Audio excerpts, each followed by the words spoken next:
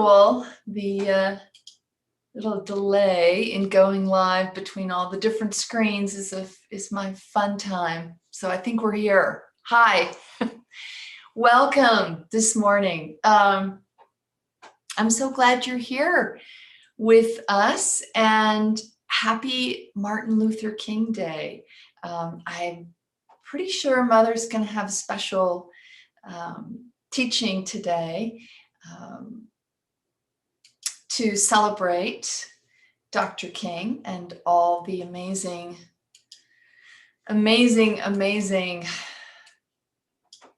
contributions that he made throughout his life, and just what an extraordinary individual he was and really still is. For those of you who subscribe to the belief that we just continue on, we know that his spirit is still here with us. So just a couple of things. Good morning. Oh, it's so great to see all of you here this morning. Yay. I just tried to put in the link to register for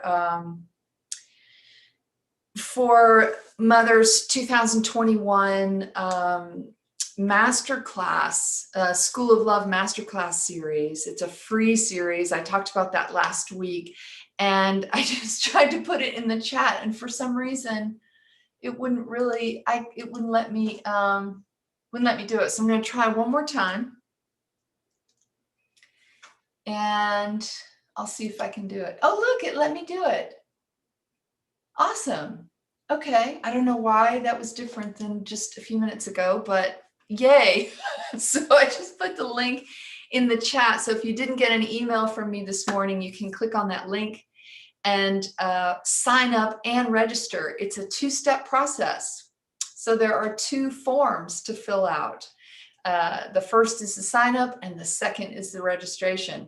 So don't forget to do both of those. And I am so excited this year because Mother is going to be focusing in both the masterclass series and, of course, the deeper and more in-depth School of Love 2021. We're going to be focused on expanding self-worth.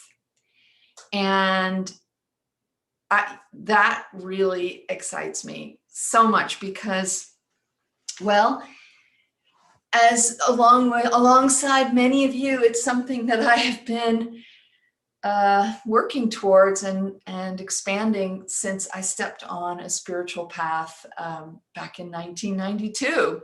So I hope that you all will consider signing up for the longer course and being a part of it, because, oh my gosh, Mother has some incredible things in store for you in School of Love 2021. It has been a big rearrangement of the course and the lessons, and I've rewritten love pages, and she's invited more guests. There'll be more live stream classes. They won't be on YouTube, but within the course. So she's invited people to do some incredible classes. And it's just filling up as far as offerings and just powerful techniques to learn to help support you in the transforming of your self-worth. So I am just super excited. So I hope you all feel called to join me this year. And in helping you decide, the masterclass is free. The 3 classes, they will take place next week. Monday, Wednesday, Friday, the 25th, 27th, and 29th of January.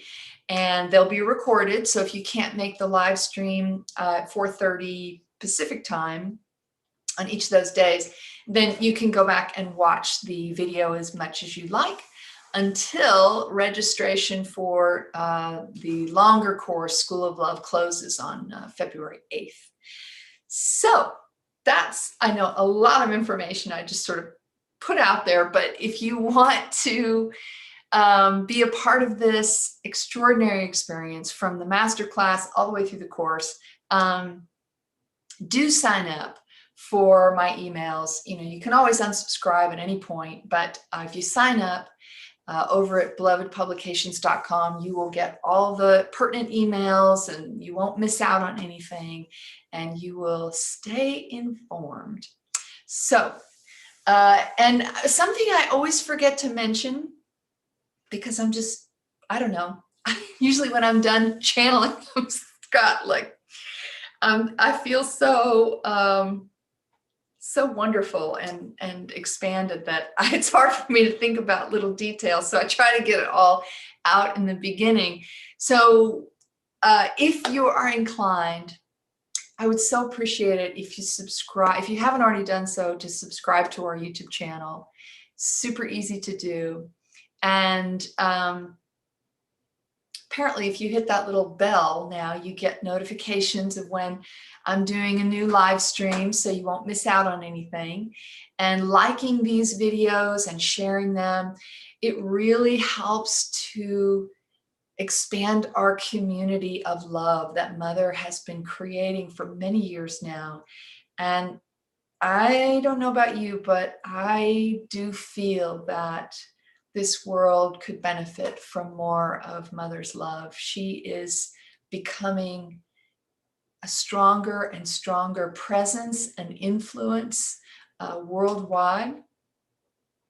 And she is bringing with her the grace that we need at this time to shift with all the planetary energies that are shifting and being introduced, and all the sort of upheaval that it's creating, and the fears that arise in individuals and groups of people, because things are changing. And I, for one, am not really that graceful when it comes to change. So I need all the divine grace I can possibly receive. And so your willingness to be of service, and if you benefit from these videos, to just pass them on. If you feel comfortable doing that. I know a lot of people like to keep their connection or their communion with Mother anonymous. They don't like to share that they like to keep that private. And I absolutely 100% respect that. And I would say that if that is what feels right for you, then you continue with that. Please don't feel like you have to do any of this.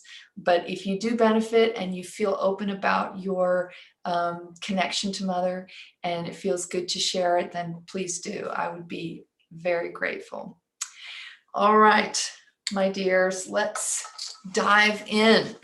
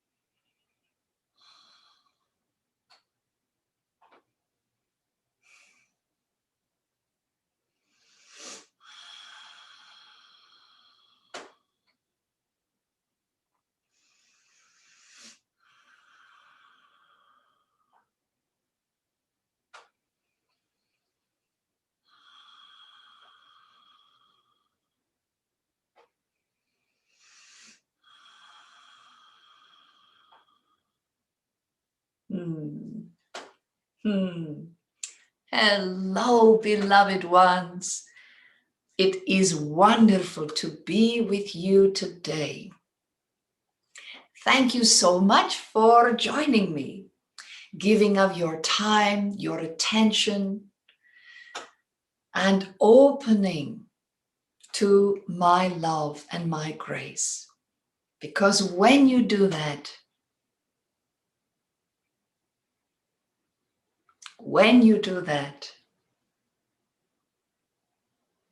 you are always going to be sharing with others my love and my grace.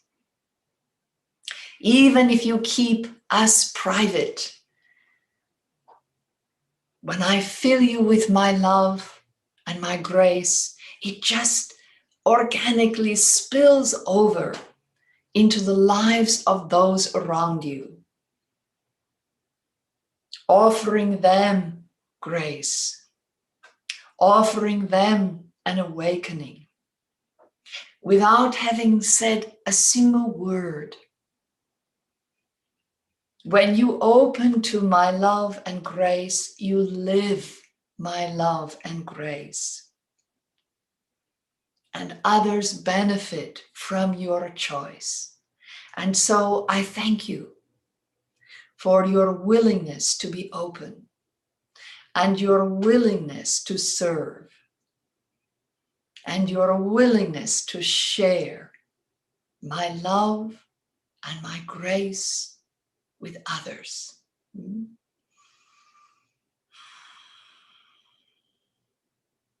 And this is how you walk the path of peace. Not just with me and my love and grace, but when you open yourself to the love and grace that is all around you, that is human and divine. When you open yourself to that, you are choosing to walk the path of peace. And today in the United States and around the world, you celebrate the life of a man who embodied the path of peace, who encouraged others to walk that path alongside him, not in front of him or behind him, but alongside him. And that right there encapsulates the heart of peace. It is not peace and equality, but it is equality that comes from peace. When your heart is at peace, you can't help but see all as equals, not just human beings, but all of creation, that you are neither above or below. So it is important to sort of rearrange the way you speak of peace and equality, as if they were two separate things that have to be joined together. But they are really, one is an extension of the other, or what you might consider a natural outcome, right? So you have peace, and the natural outcome of peace is equality. And this is not an easy path,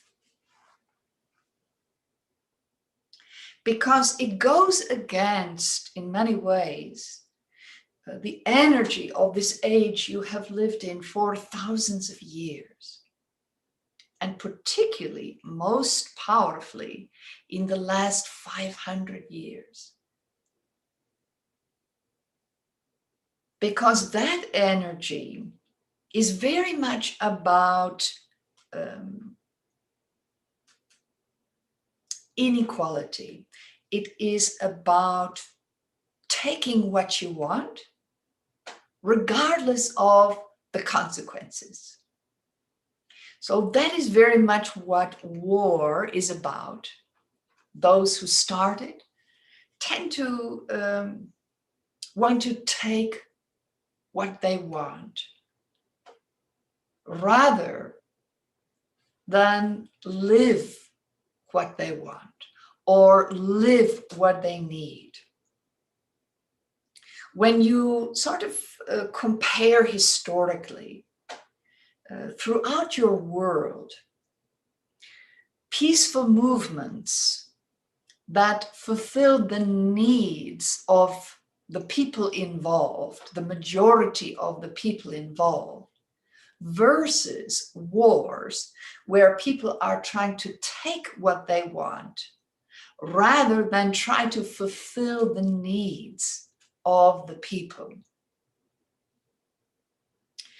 So in peaceful movements, you generally have a leader, someone who is very charismatic, who is one of the first to live that peace within themselves, and that radiates out to others, and they are attracted to that movement, that person, that energy.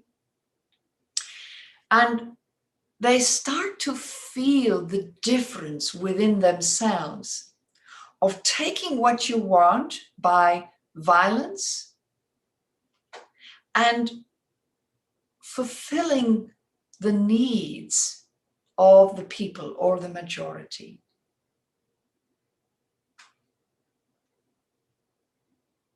The people who lead, who set themselves up as leaders or emerge as leaders, who are focused on taking what they want and convincing others that that's the only way to go.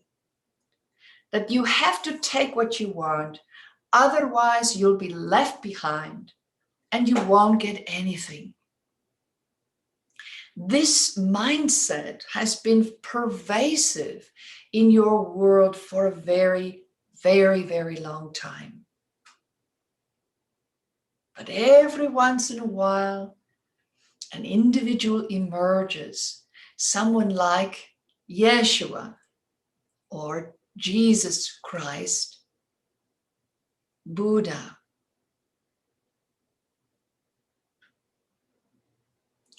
Gandhi, Dr. King, right?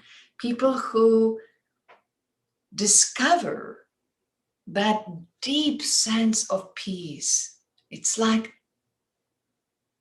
a never-ending wellspring that lives within them. And as such, the awareness that taking what you want, seeking revenge, using violence is a short-term solution. It might solve certain problems, it might free certain peoples, it might create certain openings, but again, that is a short-term solution. And it always has a very, very painful and powerful backlash.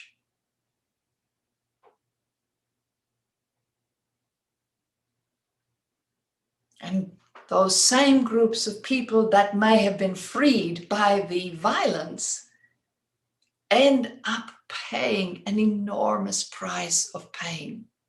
And those who committed the violence end up paying an enormous debt of pain. And it perpetuates the energy and presence of suffering. Whereas peace movements, when the people involved can really embrace and experience that inner peace, it alleviates the suffering. It alleviates that feeling of separation that, oh, it's us against them and we better take what we want right now or we're never going to get anything. It alleviates that feeling. It alleviates the feeling that you must tear down others so that you can feel better about yourself.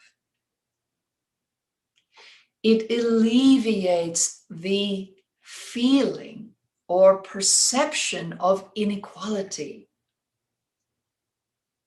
Because when you feel less than, it is normal to want to take what you want by any means possible to get yours. Whether that is in very small ways or very big ways. That inequality does not have a unifying component. It can bring people together because they have a common grievance or they have a common suffering, but it doesn't really create unity. It's more of an experience of tolerance through convenience, for the sake of convenience. And when something lacks, a movement, a group, a dynamic lacks unity, you cannot sustain it.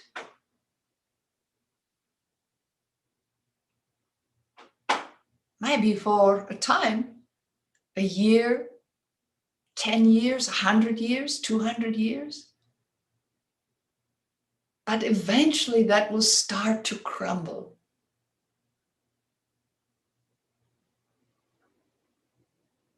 And peace movements are more difficult because they tend to take longer. It is not a 5-year or a 10-year war or a 1-year or 2-year war. But it is something that happens over many, many years, sometimes generations.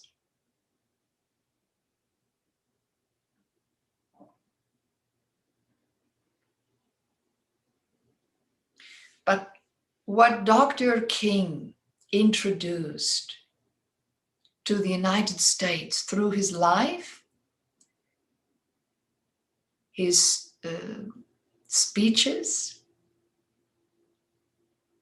his movement, how he was one of the more inclusive individuals,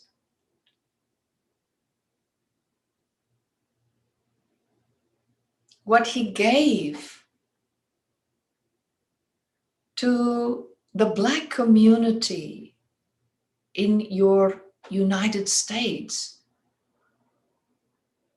was not just a message of hope, but his energy planted the seed of peace within the people that followed him. And many of them were Christian in faith. And as a result, he continued to reference the Prince of Peace, Jesus, Yeshua. He continued to use correlations between his peace movement and that of Jesus. Right? That when you make change, when it comes from peace, it might take longer, but it is more lasting. It is sustainable. It is eternal. Now, within nature, violence will always have a place. Whether it is predator or prey, whether it is storms and hurricanes, whether it is the changing of the face of the planet, whether it is a virus ravaging a body, there will always be a place for violence, or what you perceive of as violence and destruction within nature. But when that violence stems from the human self-centered fear of, I have to get what I want right now,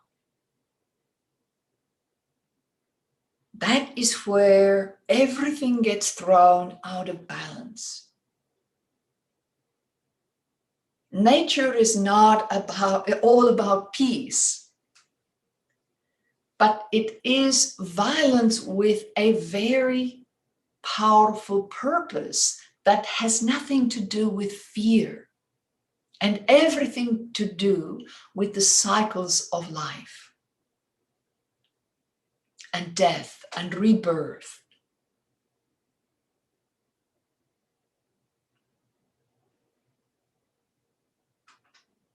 So I'm asking you all today, on this glorious day of celebrating a wonderful individual who gave a very important gift to the world,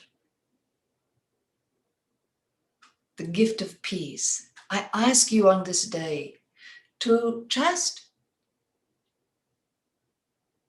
take a look at those fears that push you to get what you want. Again, whether it's little small things or big things. What are the habitual behaviors? Do you eat when you are not hungry? Do you eat foods that are harmful to your body? That is doing violence to yourself. And do you do it because you want what you want when you want it? And you take what you want in the moment? Do you find yourself yelling at your children more than you'd like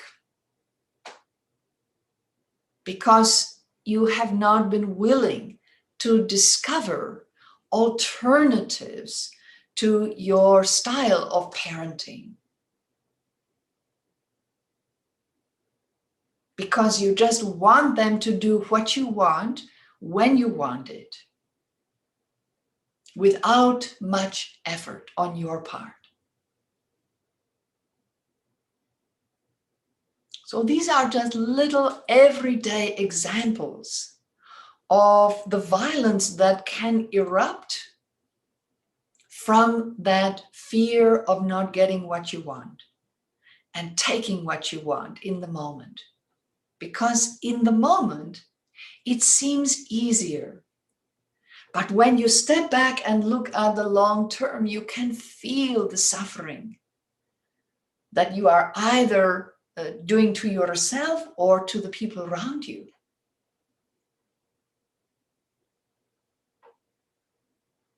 And so what would it feel like to embrace the path of peace in how you parent your children? Because peace is very much about standing up for what matters to you, for your ideals, letting your conscience have a powerful voice in your choices. The path of peace is not about just passively letting people do what they want to you. There is a balance here that may not be easy to find, but it is infinitely worth the effort. Peace takes effort. Why? Why does it take so much effort to have peace as a human being?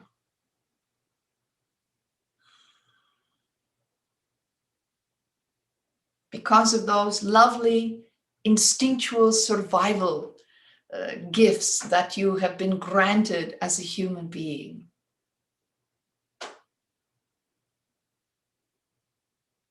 And that's those survival instincts have been fed too much and too often and for too long.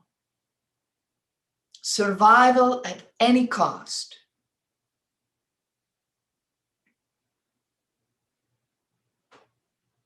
Because everyone gets to define their survival as an individual. And those definitions vary wildly. What survival means to you might not be what it means to others. And so without that kind of consensus throughout humanity, you have to choose a different path if you want to change the collective. And that path is peace.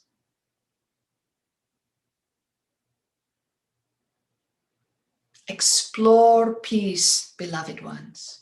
Not from the outside, not what are other people going to do to emulate peace or to live in peace, but what are you going to do from the inside?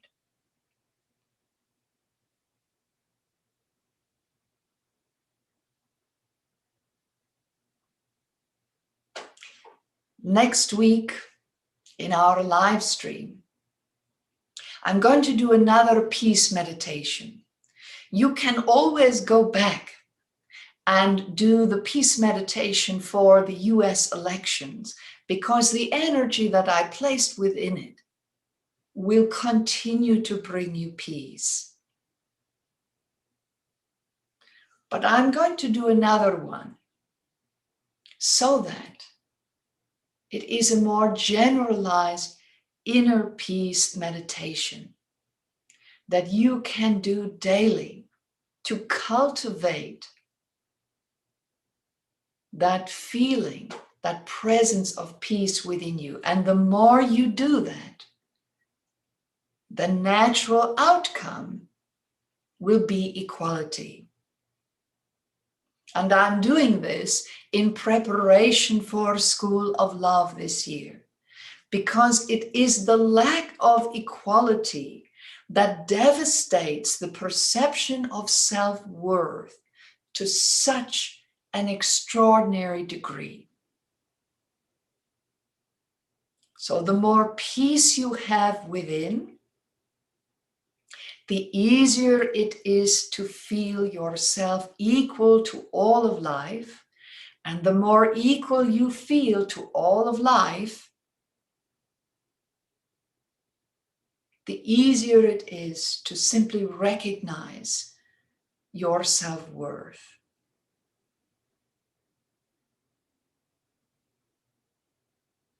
So I hope that you will join me next Monday for a peace meditation. And then later that day, we're going to do the first class in the School of Love Masterclass series that is going to set you on the path of transformation. I hope that you can join me for one or both that day. It would be my honor to serve you.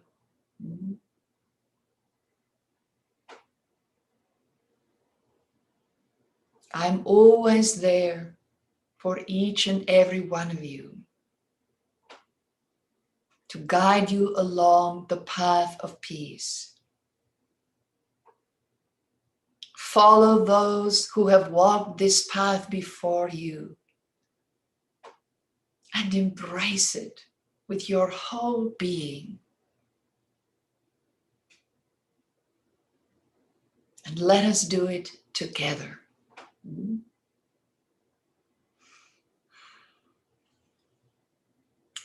Namaste.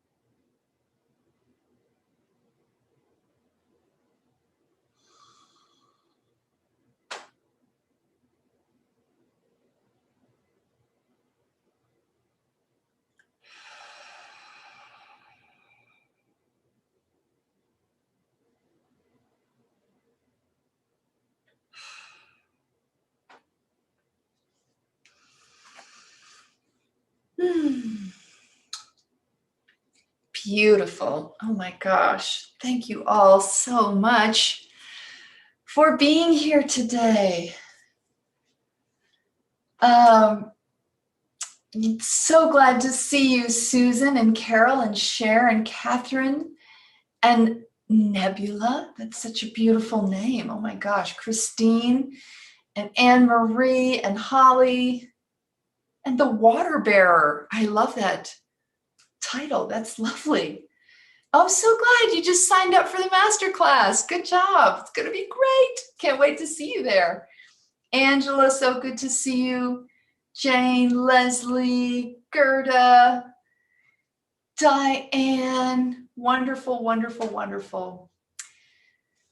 And Amy, so lovely to see you as well. Thank you again for joining us today. And I wish you a peaceful day and a peaceful year and a peaceful life. I very much took to heart what Mother said today. And I'm so grateful that each and every one of you are walking this path of peace with me. I certainly couldn't do it alone. So I'm grateful for the people that have come before us and the people that will follow after us, not from that place of inequality, but just the lives that are born and grow and die and are reborn and come again and again. And life is always moving. And so this path of peace is always here for us. And I'm grateful that we're walking it together. Thank you so much. Have a wonderful rest of your day. Mwah.